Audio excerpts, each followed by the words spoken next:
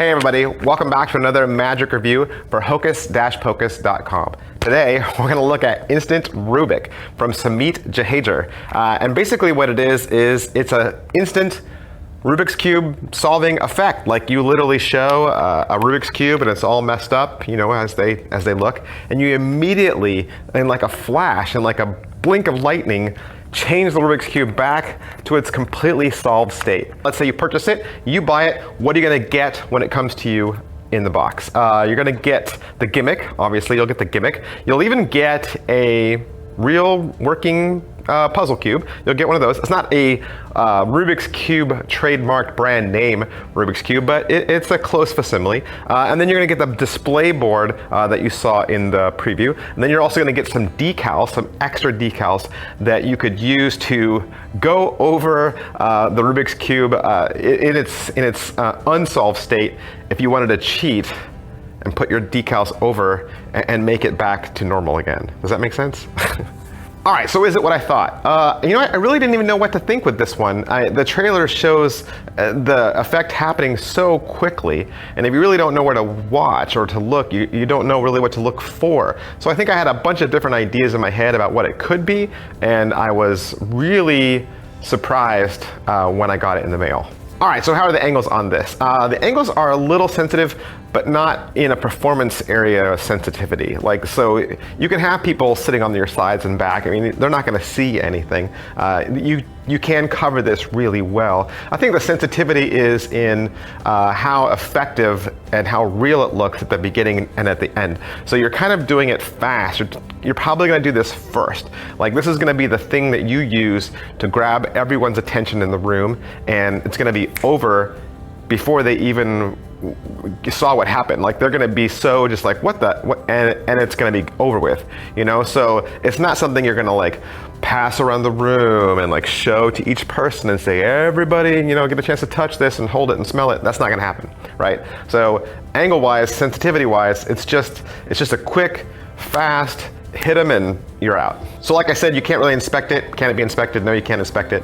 You can inspect it afterwards, okay? So after the effect is over, obviously you could hand the cube out and they can inspect it. Now a little bit something about the cube. You know, all the time when you get tricks, sometimes manufacturers and magicians try to keep costs down. So you're not getting a authentic Rubik's Cube. So if you already own a speed cube or you already own a Rubik's Cube that you're already using, you can definitely use your cube that you already own. Also, if you have a gimmicked magic cube that you use for another effect, you could certainly use this effect to transition from one to the other. So you could do this effect with one of your gimmicked cubes and then move directly into that routine. So it'd be a good bridge, it'd be a good opener for maybe a gimmicked Rubik's Cube routine you're already doing. All right, so what's the overall quality and production value of the video? The video's a little amateurishly shot. I mean, it's only roughly 7 minutes long.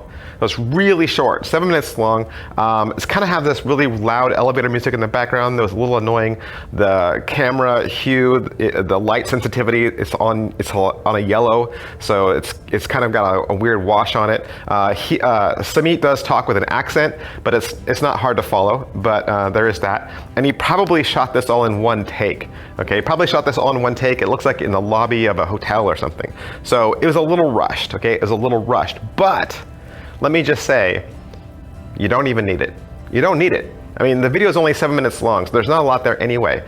And literally, when I sat down to watch it, I didn't even get 2 minutes in, and I already knew how to do it, and I did it. I literally stopped the video, ran, got the gimmick, set it all up, and showed it to my wife, showed it to my kid, and they were both amazed. And I only went back and watched the video like a couple days later, just because it was that easy. It's that easy, it's already ready to go. As soon as you figure it out, you know, the ideas will start racing in your head. You know, the video is almost an afterthought. You almost don't even need it. As to what's taught on the video, you're getting the basic effect, right? So which is the, you know, the cube where it's solved. And then you're getting the candy effect where the cube turns into candy, and then you're getting a couple of pointers at the end.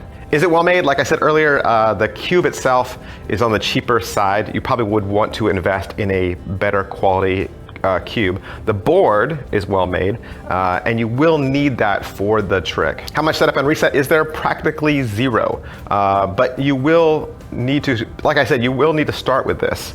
Okay, this isn't a really good effect to have like sitting off to the side, you know, or to get into. He does give you an option about how to get into it, and it's a good option, but just because of the nature of the effect, the fact that it's kind of like a bang kind of thing, like watch, bam, boom, and it changes, it does kind of feel like an opener, you know, because there isn't really a trick there.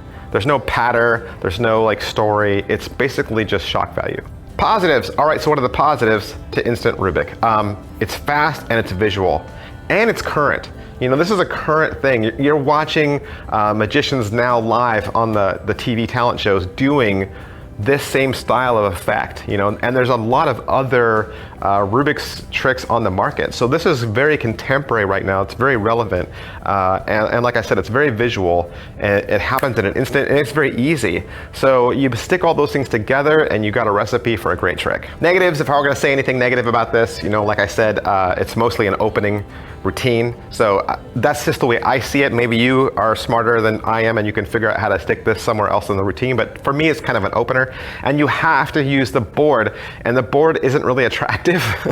It certainly doesn't fit my style, but I would think as a magician then you have to find a reason to use the board. Okay, you're gonna need to find a way to incorporate the board into some of your other effects. So if you're already doing Rubik's magic and you have some other Rubik's routines, I would just leave the board out there and continue to do your tricks on that board, just to give some sort of stability and some sort of relevance for the board. Like, you shouldn't just bring the board in for that one trick and then take it out, because then have people draw attention to it and say, well, why did you have that board there? It should become your mat. It should become your close-up mat for the remainder of your effects. And so just know that going in, that it's really a two-piece trick. You're going to need the board and the cube, and unless you have a good idea about how to ditch the board at the end and to not call attention to it, you might have to find a reason to hold on to it. Who do I think would like this? I think people who are doing some sort of parlor magic or party magic would definitely like this, because like I said, you need the board, and so that kind of lends itself to a table or a strong surface.